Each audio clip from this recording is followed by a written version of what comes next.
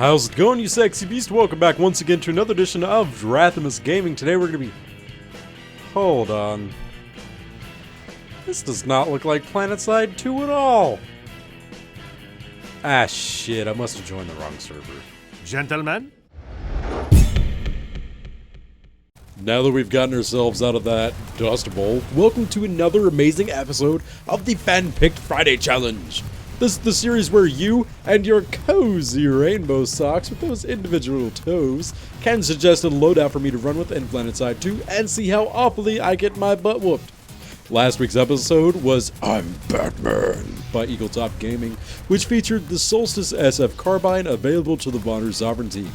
If you wish to make a suggestion for next week's episode, go ahead and leave a comment in the section below, and I'll choose one of the most top voted comments to use in next week's Fan-Picked Friday Challenge. Now, I'm sure by that absolutely magnificent intro of mine, you know what kind of loadout I'm running with today.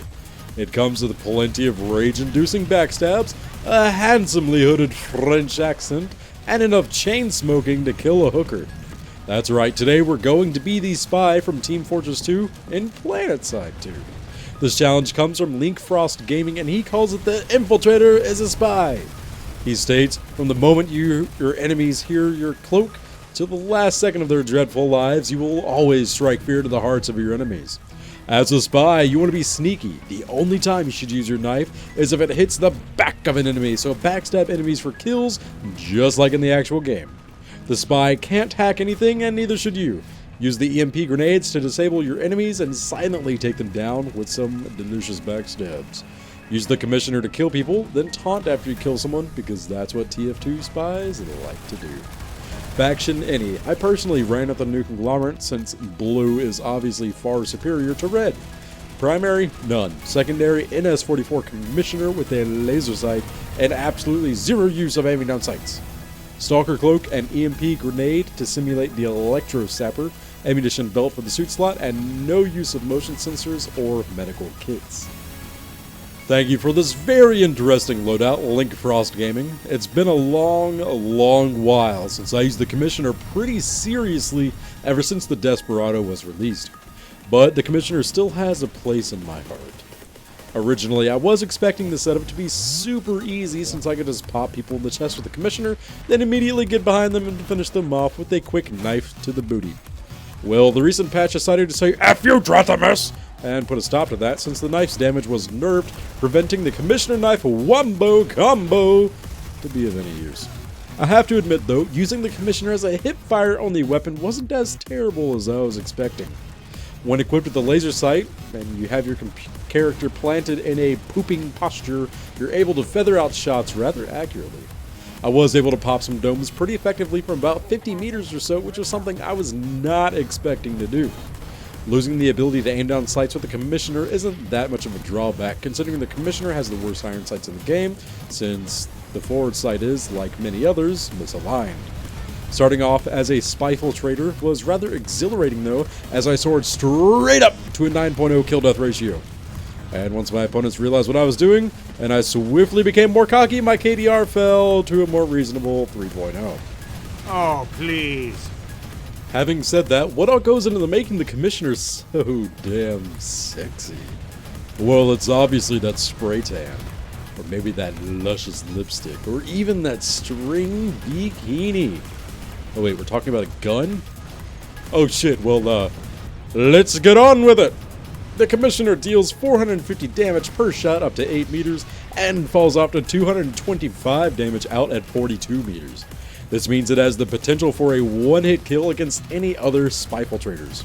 It has a 6-round magazine, 36 in the reserve, fires at 170 rounds per minute, has a short reload speed of 3 seconds, and a long reload speed of 4. Its muzzle velocity is 450 meters per second, and since this is a secondary weapon, we also have a 0.75 times movement speed multiplier while aiming down sights, which is absolutely useless to us being a spy, since we do not know how to aim down sights. Just lay your weapons down and walk away. But being a spy was purely fun. That's pretty much all I have to say about it. But I do love to embellish, so let's do just that. If it weren't for this series, I would probably never use the Stalker Cloak. But like any good spy, the Cloak and Dagger Watch, the Stalker Cloak, was invaluable to playing the minds of your red adversaries. Hanging out on the capture point and picking off stray enemies is just far too entertaining. I even had a situation where I was able to expend all of my ammunition over the course of 7 minutes or so, as plenty of Terran Red Public soldiers scurried around trying to find my permanently cloaked ass. Earning 30 kills has never been so easy, especially when they would all line themselves up perfectly for me to execute them. I wasn't quite able to use my Conniver's Kunai to take out any enemies with a precise backstab, but I did become a headhunter with the Commissioner rather quickly, since body shots on a moving target aren't all that rewarding.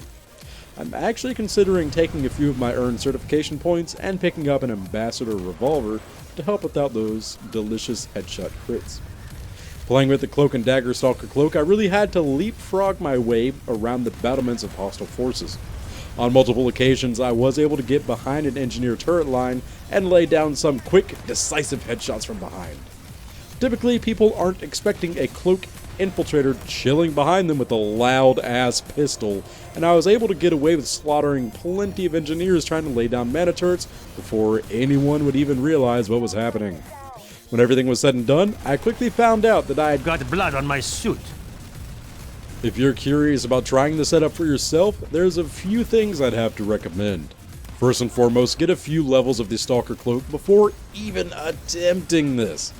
When I first started my campaign to become the best spy that Blue Team has ever seen, the most infuriating aspect of it was my very limited cloak time that was given to you at level 1 Stalker Cloak.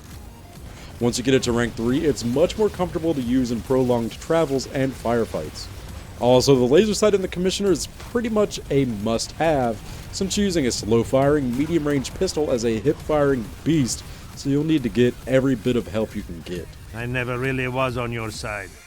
There you have it, you sexy beast. The Infiltrator is a Spy loadout featuring the NS44 Commissioner, submitted by Link Frost Gaming. If you guys liked this week's episode, please leave a Saxton Hale-sized thumbs up. If you have another super sweet challenge you would want me to run with in next week's episode, go ahead and leave a comment in the section below. Make sure to include any loot crates, hats, unusual items, name tags, paints, or anything else you can think of, and I'll choose one of the most top voted comments to use in next week's Fan-Picked Friday Challenge. As usual, I hope you have a freaking awesome weekend. Also, if you would like to see more videos like these, then go ahead and subscribe. It's free. Well, this was a disappointment.